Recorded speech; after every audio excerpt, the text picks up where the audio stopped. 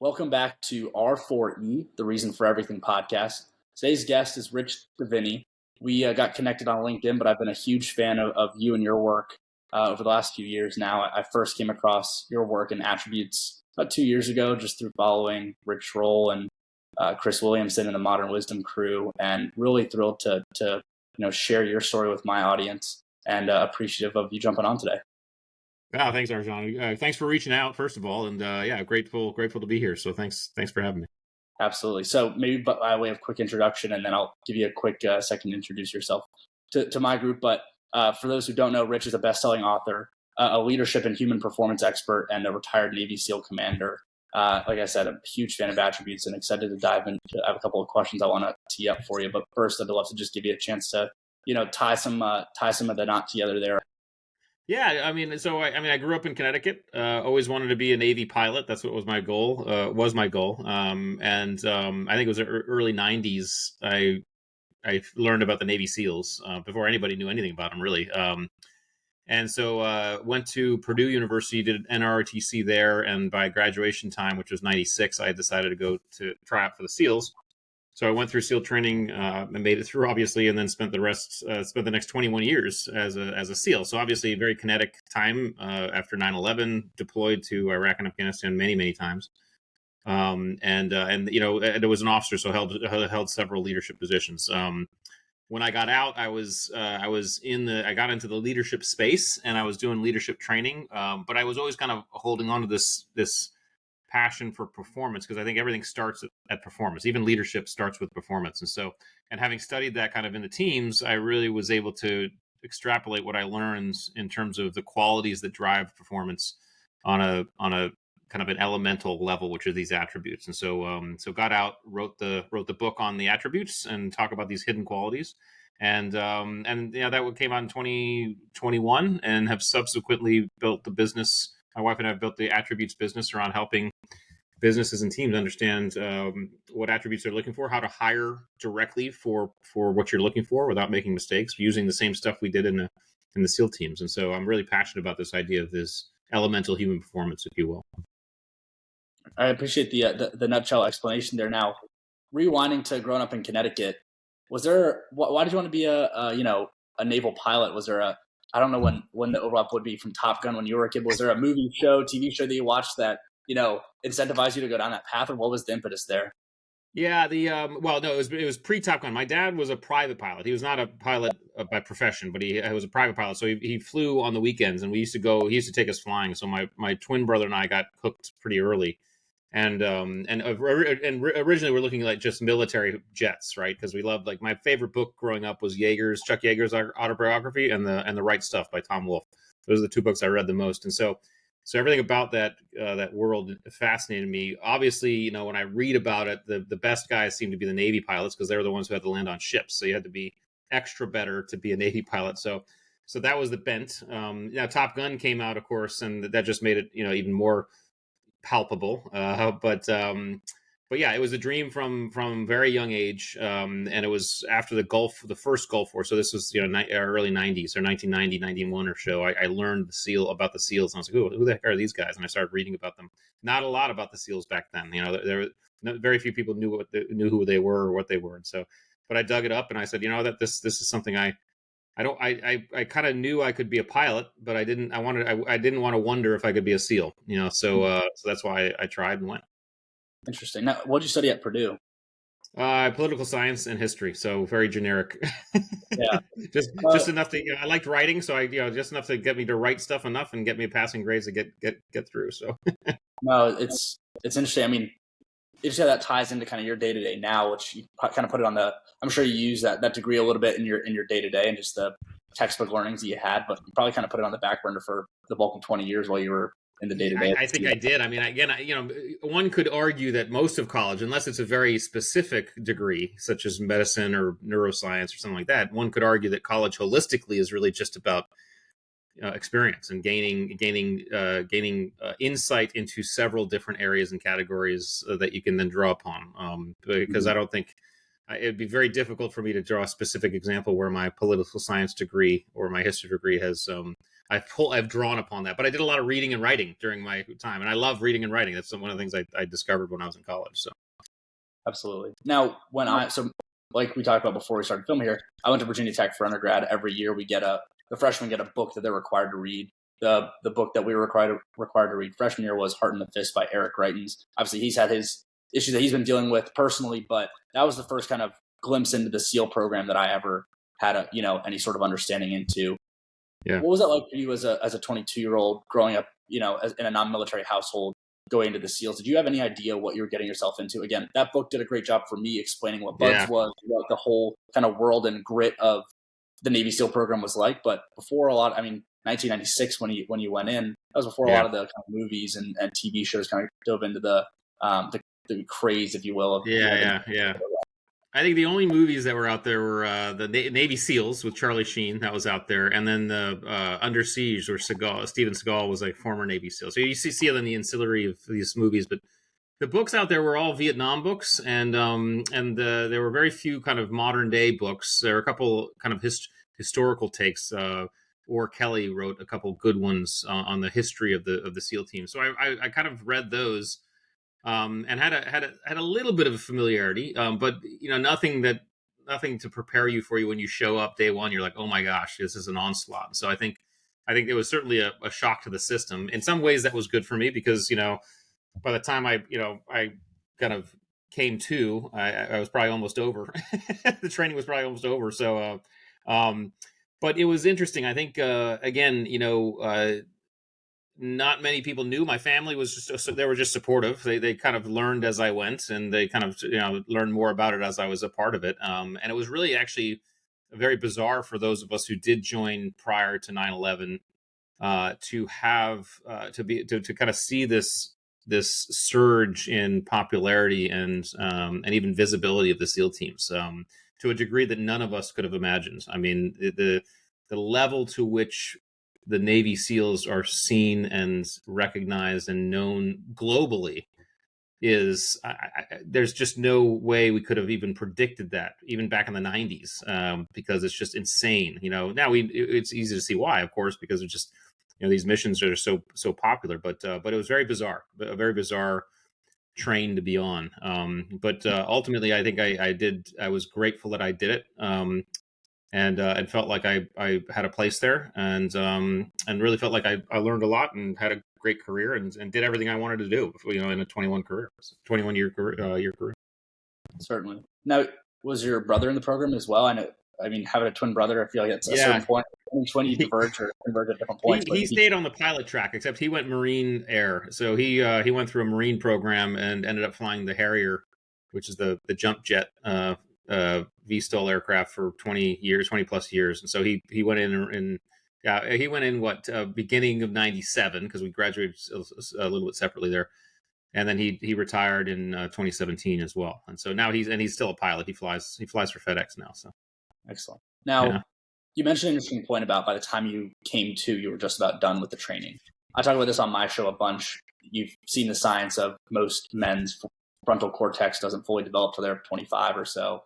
I know I had that realization in my life. It was a weird timing for me where it was pandemic era, becoming a kind of full grown adult and figuring out what that all is like. And then, the real world comes back to be post pandemic, in air quotes here. That was what my kind of coming of age experience was. Can't imagine what that was like for you and call it 2000, just kind of getting into the swing of things. And then 9/11 happens. What was that journey like? Did you think you were just going to go into the SEALs, get in and out as quickly as possible? What was your mindset like as you were kind of enrolling and thinking about what a career would look like in the Navy? Or really, where were you at that point? Yeah, I mean, I was really, quite honestly, open-minded about the whole thing. I had no clear, direct goals on how long I would stay in, but I also had no desire to get in, punch my ticket, and get out. I kind of wanted to just go in, see how it felt, and then go with the flow. And so now, my first duty station was Hawaii. That was about 3 years. So I got there, 98, and then came back to the East Coast in 2001 for my second duty station, and right then 9/11 hit, and so as soon as that happened, it just there was some impetus, and there always seemed to be some additional goals that seemed to make sense, and staying in the teams made sense. Even as I got married and had kids, it just made sense. And of course, you hit a point where you're working, you're busy, you're doing well, you're past the 10-year mark, so you're almost at you're closer to a 20-year retirement than you are than you were further from it. So there's a point at which you're like, you know what, I'm gonna stick with it. And I think admittedly, I could probably have gotten out at year 18. I was pretty much done. but you do 20 years, you get the retirement, and you're good to go. But yeah, I never had any direct goals. I just figured I'd just keep on doing it and see what happens, which is good. And you rose to the ranks of Navy SEAL Commander. Commander 05. So 05 Commander is the rank I retired at. Yeah. So. Okay. And then through that, you had a lot of experience and exposure, selecting candidates and really probably starting to pull together the pieces of what now is attributes. What was that process like for you? At what point did you start scratching your head and thinking, hey, there might be something here outside, or I guess post retirement? Yeah, well, when I was in the teams in 05, I got to go to one of our very specialized commands, which can't really mention too many, can't mention in public, but it's the command that everybody knows about, and it's a very intense selection process where you take a group of already very accomplished SEALs and you put them through this selection training program, and it whittles down to about 50%. So 50% of these already really great guys do not make it through going through this program. So I went through that, of course, but I was put in charge of that. And it was while I was in charge of that I really began to, I was asked to really start trying to articulate what we were doing to a finer degree. What are we actually looking for? This is when I started keying in on these differences between skills and attributes, and this idea that, hey, we weren't necessarily looking for the best shooter or the best skydiver or the best scuba diver. We're looking for these intangible qualities that tell us if the individual has what it takes to do the job. These attributes, and I could only kind of think about back in my own SEAL training in BUDS, which is the basic SEAL training, where you have a 90% attrition rate in BUDS, and they make you run around with big heavy boats on your head and exercise with 300-pound telephone poles and at the time when I was doing this kind of work, when I started analyzing this stuff, I thought back to my own SEAL training. I'd already been on hundreds of combat missions overseas in Iraq and Afghanistan.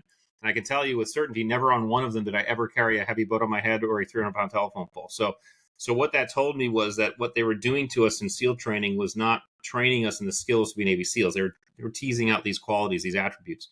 So I did the work there. And when I got out of the Navy and began in the leadership space, I was talking about high-performing teams, talking to business and organization. I was recognizing that these folks were having the same issues articulating these qualities. We were hearing things like soft skills or character traits or whatever, but the problems were, hey, we're hiring these rock stars. They're on paper, they're perfect, right? And usually when things are going fine, they're perfect. But as soon as things go sideways or things don't go as planned, they fall apart or the team turns toxic. And for me at that point, it was an easy answer. I said, well, it's because you're hiring based on skills, not attributes. And these attributes are these driving qualities, as drivers of performance that we can't necessarily see or measure very easily, but they are what underpin all of our performance, but especially our performance at our most raw, in our most raw levels of uncertainty, challenge, and stress. And that's why it's really important to understand these things when we're talking about selecting and performance evaluation in any capacity, but certainly in teams.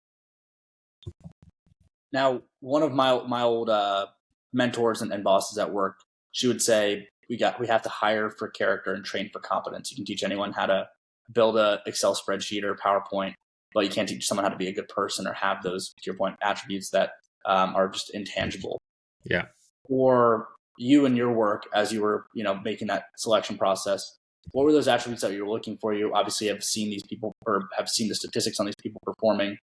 Were there any characteristics or qualities that stood out to you more than others time and time again that were leading indicators of someone's, I guess, success down the road? Are we talking about in the teams? Yeah, let's maybe start there. Yeah. In the teams, were there particular traits that stood out to you there? Yes, but I'll broaden out the question a little bit because the answer is yes, regardless of what domain you're talking about. The trick is, and the challenge is that every domain is going to require a different set of attributes. So in other words, the attributes required to be a great Navy SEAL, that list looks different than the attributes required to be a great accountant or a great surgical team or a great whatever, construction team. Okay, so one of the things I recognized that was, and I started this when I was in the Navy and began to develop it when I got out and wrote the book, was that we had to put the particular group through a process so that you could extract what that attribute list looked like first. So we knew what attributes were required. It's not necessarily a known thing. You have to, or it's not like right there in front of you in terms of highly visible. So you have to kind of extract that by understanding, okay, what are the key components of behaviors that we're looking for, and what attributes represent those? And so what are the attributes that we are most looking for?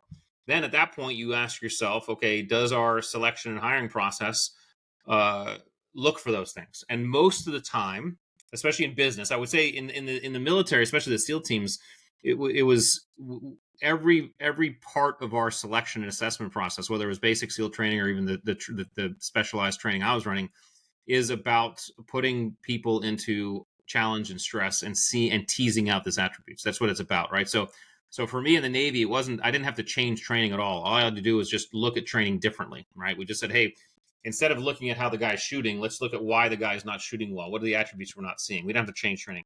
Different in business and teams, because in the civilian world, the hiring model is often skewed towards skills. There's resumes where you can put skills on. There's an interview process that someone's probably rehearsed and can do really well on, or whatever.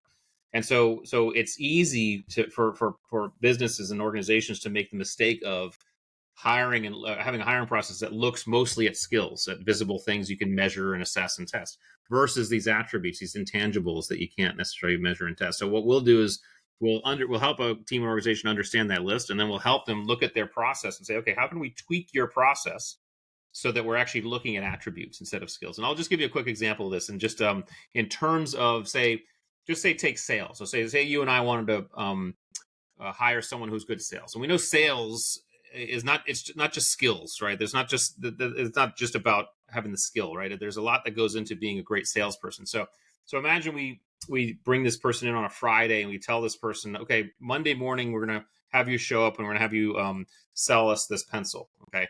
And we go home for the weekend. You and I come in Monday morning. The person shows up and proceeds to just wow us on this just kick butt presentation on the pencil. We're like, oh my gosh, that's the best thing we've ever seen. I mean, can't believe how good it was. The problem is we would not have learned much. All we would have learned is that person's really good at going home, preparing, and giving a presentation. That's all we would have learned, right? So instead, what we say is we tell the person on Friday, hey, show up Monday, you're going to sell us this pencil. Monday morning, we come in and say, hey, the plans change. You're not selling us this pencil anymore. You're going to sell us this cup, okay? And by the way, there's no audio or visual, so just do what you need to do. Now, at this point, you and I have to make a very conscious decision to divorce ourselves from skills assessment, because what we're about to see is going to be ugly, okay? But we're not looking at skills anymore. We're looking at attributes. How does this person behave?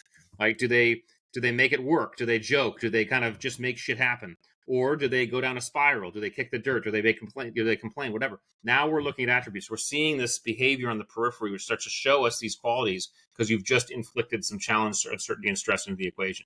And so hiring processes, whether they're experiential, like the one I just talked about, or even the way you ask interview questions, they can be designed in a way that elicit a little bit more uncertainty and challenge. So now you're kind of looking at attributes instead of just skills. And this is how you can start actually designing processes for organizations and teams to understand what they're looking for. What does that list look like? And then now let's hire directly for it, right? And so you get a much better hit rate on the right hires. How many times have people hired somebody and they're like, oh my gosh, they're perfect on paper, right? They're perfect, right? And then 2 months, 3 months, 4 months in, we're like, oh my gosh, this person's a train wreck, because we never got to see this person in these environments where these attributes started to show up, and we made the wrong hire. It happens all the time. It's enormously expensive. So the very long answer to your question is what I recognize is every team, organization, unit has its own unique set of attributes, and you need to figure that out first, and then start to look at your process to be able to see those. It's super fascinating. And one of the things that I've seen come up a handful of times in your discussions with others and even in the book was the point on selective narcissism. And I feel like, it's sometimes seen or it's regularly seen in a negative light. Can you walk through your perspectives on, why narcissism can be important in certain situations Yeah. Well, so let me just quickly, for the audience who may not have read the book, let me just make a couple distinguishing factors here. So first, the quick difference between skills and attributes. Okay. First of all, skills are not inherent to our nature. We're trained or taught to do things, right? So that's like none of us are born with the ability to throw a ball or drive a car. Okay? We're trained to do those things. Skills direct our behavior. They tell us what to do in known environments. Here's how and when to throw a ball or drive a car. And then skills are very easy to see, which means they're very easy to measure, test, and assess. Okay, this is why you can put them on resumes or you can put scores and stats around them. What they don't tell us is how we're going to show up in stress, challenge, and uncertainty. This is when we lean when the environment's unknown. It's very difficult, if not impossible, to apply a known skill to an unknown environment, right? So this is when we lean on our attributes. Attributes, on the other hand, are inherent to our nature. Okay, all of us are born with levels of adaptability, resilience, open-mindedness, narcissism. We'll talk about that. All right. Now, you can certainly develop these attributes over time and experience, but you can also see levels of this stuff in very small children, right? Anybody who has kids or experience with kids will say and agree with me when I say that there are 1.5-year-olds who are patient and there are 1.5-year-olds who are impatient. Okay, so there's a nature-nurture element. Attributes don't direct behavior; they inform our behavior. They tell us how we're going to show up in certain environments. So my son's levels of resilience and adaptability and perseverance informed the way he showed up when he was learning the skill of riding a bike, and he was falling off a dozen times doing so. And then finally, because they're hard to see, they're difficult to assess, measure, and test. Okay, so how do you assess someone's levels of patience or situational awareness? So this is why we have to consider these. Now, the other thing about attributes and skills, the way you can quickly determine whether or not you're dealing with a skill or an attribute is to ask a really easy question. The question is, can I teach it or can it be taught? Okay, if the answer is yes, it's probably a skill. If the answer is no, it's probably an attribute. So you could say, Rich, I want to learn how to shoot a pistol and hit a bullseye. Okay, well, I can take you to the range and teach you how to do that within a couple hours. That's a skill. Okay, or you could say, Rich, I want to learn how to be more patient.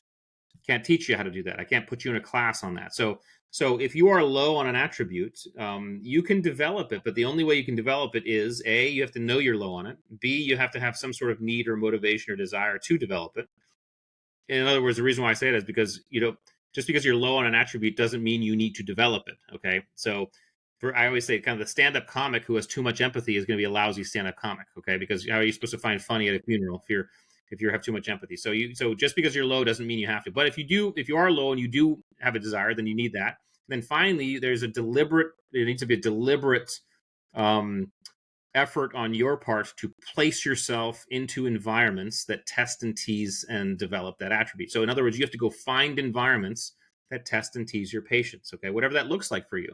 That could be, I'm going to go deliberately drive in traffic. I'm going to pick the longest line in the grocery store. Having kids, I always say that'll develop patience, right? But anyway, all that to say that when we think about these attributes and we think about how we are high, all of us, if we kind of line all these up on the wall like dimmer switches, all of us would have different dimmer switch settings. Some of us are high, some of us are low. There's no judgment there, right? So for example, adaptability. Okay, adaptability. I would say I'm a level 8. Okay, that means when the environment changes around me outside of my control, it's fairly easy for me to go with the flow. All right. Someone else might be a level 3. It means the same thing happens to them. It's difficult for them. All right. They're still adaptable. All human beings are. So all of us have different settings on this stuff. This is how we start to define our own individual performance. Now, all that to get to the question, because I want to, diving into narcissism as an attribute, I was looking at what are those attributes that create the driven person? What drives us as human beings? And narcissism was one of those things I kept on landing on. I was avoiding it because of the reason all of us avoid it is because when we say or think narcissism, we think about narcissistic personality disorder. And that is a distinct, defined disorder in the DSM-5. Which I looked up and I bought a book, I bought a DSM-5 and I said, okay, what is this disorder? And if you go through the pages on this disorder, when you go to that book, there's like 9 criteria that you read. Okay. And the physician will read through those 9 criteria. If the physician can say yes to 5 or more of those things with regard to the patient, that patient will then be diagnosed as disordered. Okay. that patient is disordered. But only about 6% of the population, if not less, has narcissistic personality disorder. Okay. So I started reading through these things, and I said to myself, okay, well, fortunately, I couldn't say yes to 5 or more, but I wasn't innocent of everything I was reading. In other words, I was reading some stuff, and I was like, wait a second, I do sometimes think that, or I do sometimes feel that, right? So then I said, okay, well, why did I become a Navy SEAL in the first place? When I was really honest with myself, sure, I was a 22-year-old kid. I was patriotic. I wanted to serve my country. But ultimately, one of the biggest reasons was I wanted to see if I could be a badass. I wanted to see if I could do something very few people could do. All right.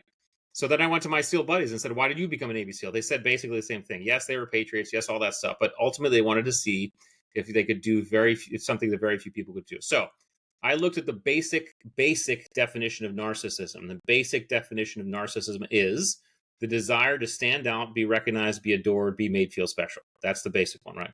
I'm telling you right now, definitively, every single human being on this planet at some point wants to stand out, be recognized, be adored, be made feel special. It's a very, very elemental human desire, okay? And it is the impetus to some of our most audacious goals. Why else would someone want to be the best football player or the best, or the Navy SEAL, the best author, the best surgeon, okay? We all have narcissism in us as an attribute, and it's a driver for us. Now we have to metabolize it correctly, okay? Because it can get out of hand, right? We got to be careful. But narcissism as an attribute, balanced, is the impetus to some of our most audacious goals. And in fact, they did a study on the most successful entrepreneurs in history. It's like 20 or 25 of the most successful. Every single one of them was high on narcissism. Now, were they disordered? Who knows? Some of them may have been, right? But everyone was at least high on them, because that's what it takes to have that mentality. There's a mentality of, I want to be the best. I want to stand out. I want to do this, right? So that's how narcissism as an attribute works. We all have it. Every single human being does. If you don't think you do, you're lying to yourself. And the idea is figure out where you stand on it and then actualize it and metabolize it in a healthy way. Thanks for outlining that. That was thorough and very helpful to synthesize really how you were thinking about narcissism as you were putting your pen to paper. Now, in that, were there any attributes that you wanted to dive into that you didn't include in your list? Anything that didn't make the top? Yes. And actually I recognized a lot of them after I wrote the book. We are now, when we work with organizations, we're working with 42 attributes, not just 25. And it's 9 categories of 42 attributes. And so there are many on there that we're working now. Things like creativity, things like innovativeness, discernment. Several others in there that we've added to the lists for the 9 categories, which are fun and they actually really make sense. But I still actually really feel good about the 25 that I highlighted. Really, kind of the 25 for optimal performance. I think those 5 categories, those 25 really still stand out and stand the test of time for optimal performance, that focus. But yeah, we have 42 we're working with now. So very good. And now, we talked earlier about when you first enlisted and you were kind of just, going step by step, going with the flow, trying to figure out, what the next day was going to hold for you. At any point, did you think you were going to, whenever you retired, you were going to become a speaker, author, entrepreneur, or were you thinking you were going to go work for a government contractor afterwards? Did you even have a goal or vision afterwards? What was your headspace like? It's a great. I didn't have any vision after my Navy career. I never thought about it. I didn't even think about it until maybe a few years before I started getting out was when I really started thinking about it. Now I'd always enjoyed writing, but at the time, as you imagine, there were a lot of people writing. There were a lot of Navy SEALs writing books. So writing books was not necessarily a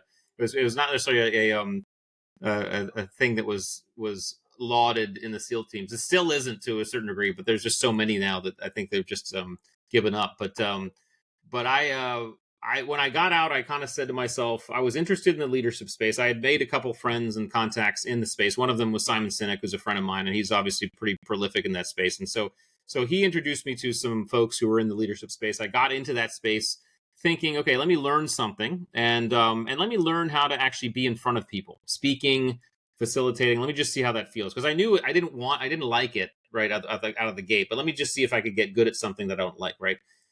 With the idea that, hey, if I did have something I could write about and I found something that I could actually just, kind of parlay that into the speaking and things like that, which is really what happened. And as I kind of did that, and I got kind of my grounding, I said to myself, okay, well, I'm actually not as interested in leadership as I am in performance. And I want to kind of revisit this performance aspect. And that's when I said, okay, I'm going to write a book on performance. I did not want to write a Navy SEAL book, and it's not a Navy SEAL book. If those who've read it, and I know you have, is you can attest the fact that, yes, it has a little bit of SEAL in there just to kind of show some creds, but it's absolutely not a Navy SEAL book.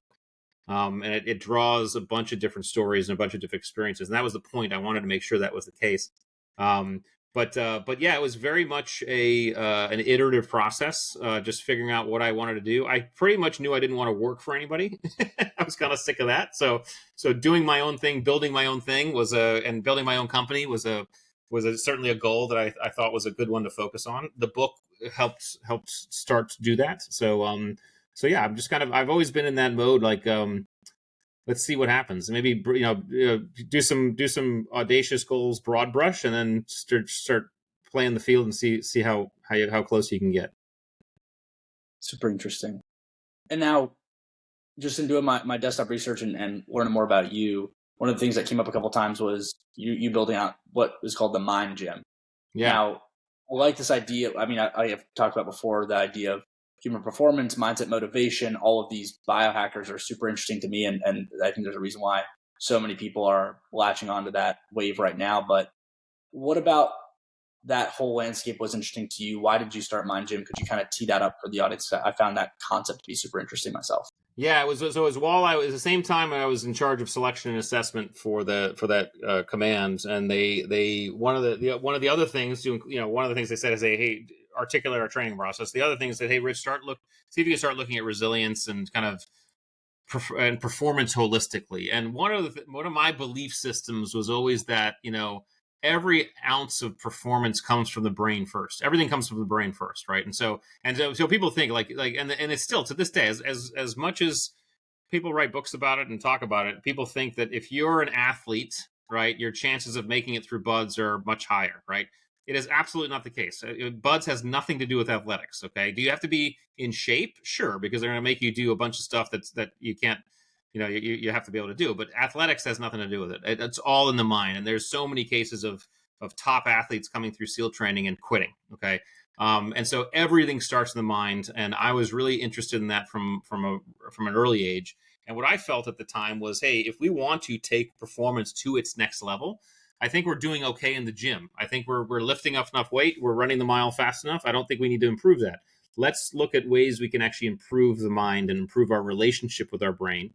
And that really allowed us, I say us, me and a couple other folks who are working on it, to kind of start diving into these really kind of nascent technologies at the time and say, how can we just start throwing things against the wall? And it's obviously become more and more of a thing, which is great holistically, biohacking and things like that. But even then, there's a difference between kind of these wearables that show that show and measure your physiology in the moment, and being able to kind of have a working relationship with your brain, right? Because even if your physiology in the moment is saying you got nothing, your brain can have you keep going. And that's the key. How can you work that piece? And so I'm not even saying we didn't really I don't think we made a lot of progress. I think we just threw a bunch of stuff and we started experimenting with things like float tanks and cold ice baths and HRV breathing and things like that.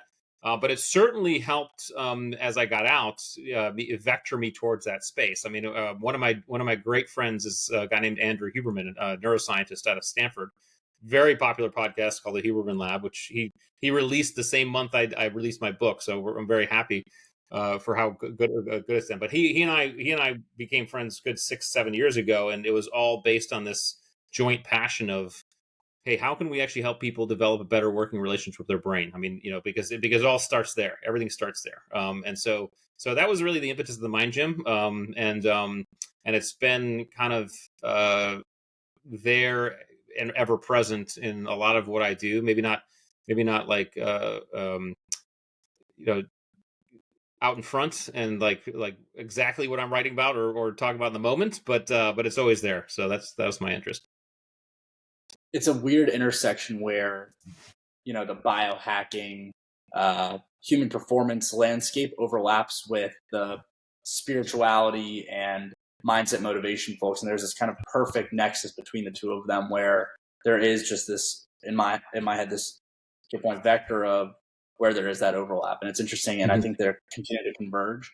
But the idea of our whole universe existing between our two ears, and your mind being able to trick your body, and mind being more powerful than what your physiology might be telling your body and brain, is a super interesting concept, and I'm excited to see the research that Dr. Huberman and others continue to do in that space, because it's incredibly interesting, and I think there's a long way to go before we even have a better idea of where we're going with that. I agree with you. Yeah. And how did you and Dr. Huberman get connected in the first place? Gosh, we were both invited to a mutual friend wanted to put together a human performance day for executives, and so he invited about 10 or 12 folks. I was one. Huberman was on. David Goggins was there. So David Goggins and I were the two Navy SEALs, right? Huberman was there, and a few others were there, and that's where Huberman and I first linked up and really just started gelling on all this stuff. And since then we worked on a bunch of stuff together, and then since then, he did the podcast, I did the book. But I would not have written the book without him. We actually were working on a joint book together, and based on the timing and things, it turned out that he had a solo book project, and he couldn't do the joint right away. So he's like, "Hey, why don't you do a solo book while I do a solo book?" It's like, okay, cool. So I did the solo book. He ended up doing the podcast instead, but it was a really cool. It was a cool intersection. So, but he's, as you know, he's in the book. He's still a friend. I consult him on all my neuroscience stuff. Yeah, it's a small world, as big as it is, and as you know, especially with the tight knit community, especially in the SEAL world. Yeah. Now, you mentioned Goggins, and I've heard you talk about this in the past. There is that level of fellowship that comes in, and camaraderie that comes in with, I'm sure, with the SEALs, and that you mentioned folks that were in the SEALs in the 50s, 60s have the same sort of bonding experiences as those who are in it today. What's that like for you now in civilian life? You have a obviously close knit group of friends at home and in your community through work, but would you say that's a big piece of your day to day that's missing for you? How are you able to kind of or what recommendations do you have for folks that are emerging into the civilian world now, or looking for that tight knit community that you were able to have in the SEALs just through the day to day grit that you were all grinding through together? Yeah, it's actually a really good and important question, because it is such a powerful identity that you have in the SEAL teams. I think in any military community, I mean, whether you're a Marine, a SEAL, or 82nd Airborne, whatever, you have this identity, and that identity is centered around this culture, this group that you're interacting with on a daily basis. And I think the problem most guys and gals have when they exit is that they don't have that every day. You can certainly see friends and catch up with folks, and people go to the VA, the VFW and things like that, but it's not the same. And I think most people suffer because it's hard for them to reconcile with that identity not being as forefront as it previously was. And that's just a reality of transition. I think one of the hardest parts of transition for anybody is always going to be that loss of identity. And it has to be reconciled. And one of the ways I certainly reconciled with, and those friends that I still connect with who did in a healthy way, we all understand that identity has to be honored, put on a shelf, and then a new identity has to be built, right? Or you have to lean on an identity you previously had, and that's just as powerful. So, for example, for me, husband, father was an identity I had even as a SEAL, and so I didn't lose that when I left the SEAL teams. That was just as powerful as ever, and it was perfectly okay for me to put the SEAL identity on the shelf, and I had the husband and father. But that said, I still needed to make a conscious decision to build a new identity, and that new identity is author, entrepreneur, business person, things like that. And so I'm still building that. It's not even done yet, but the fact that I'm working towards that is part of the healthy transition. And I think, and at the same time, I still get with people who I served with. I take great pleasure in visiting with folks I served with, having coffee with them once in a while, doing projects once in a while. I don't attend many reunions and things like that, largely because I'm usually traveling and busy anyway. But just the pieces that I get to have are enough for me, because I've been able to supplant it and replace it with other things. And so, but it's a great question. Anybody who's listening, who's a veteran or going to transition or has transitioned, I want them to know that is the toughest piece. And if you're struggling with that, just understand first, try to get those connections where you can, you lean on those people you service so you have that, but also make a deliberate conscious choice to build a new identity because we're not going to get that back. We're just not. We age out. It's like, some units are better than others. Like the Marines Marines are phenomenal at this. The Marines are always once a Marine, always a Marine, and they mean it, right? I mean, you have 92-year-old dudes, saying, "Hey, I'm a gunnery sergeant," right? And that's really powerful and it's cool and it's good for them, right? But some other units, like the SEALs, is not like that. I mean, it's not once a SEAL, always a SEAL. When you finish being a SEAL, when you put down our thing in the SEALs is earn your trident every day. And if the day you take off your trident, you're not earning it every day, right? So, and that's okay. You're not supposed. You've done your work, right?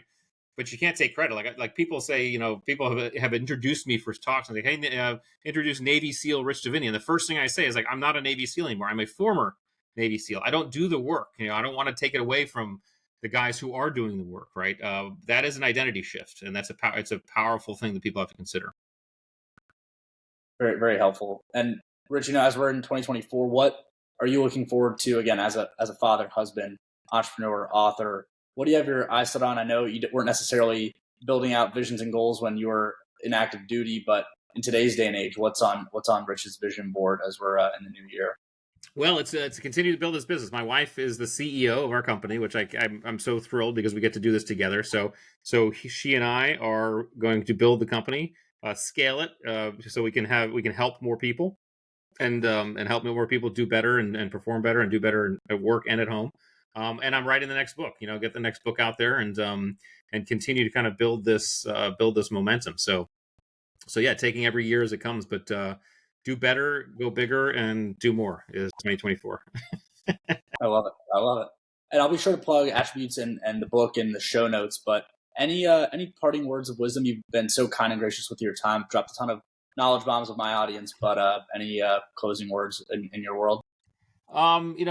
There's so many I've heard over the years, and so you just kind of pick up what you can. But I think just in context with what we've talked about, I think some of the best kind of advice I've always adhered to is be resolute in your outcome, but flexible in the approach. Right. In other words, set that audacious goal. The rock climber who wants to get to the top of the rock looks at the top of the rock and says, yes, that's my goal, right? That's the audacious goal, but understands that as he or she climbs up that rock, that path that they thought was going to be the path is going to change, sometimes drastically.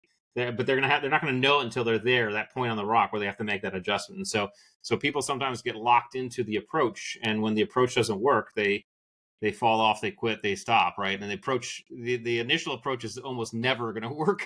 It's always going to change, So be resolute in the outcome, but flexible in the approach. I think that's a good mantra. I love it. It's like the Wayne Dyer quote I always drop on here: attached to nothing, open to everything, attached to nothing, which I absolutely love. Yeah. Well, this has been another incredible episode of R4E. Rich, thank you so much for your time, and I hope to reconnect with you here soon. Me as well, Arjan. Thanks for having me.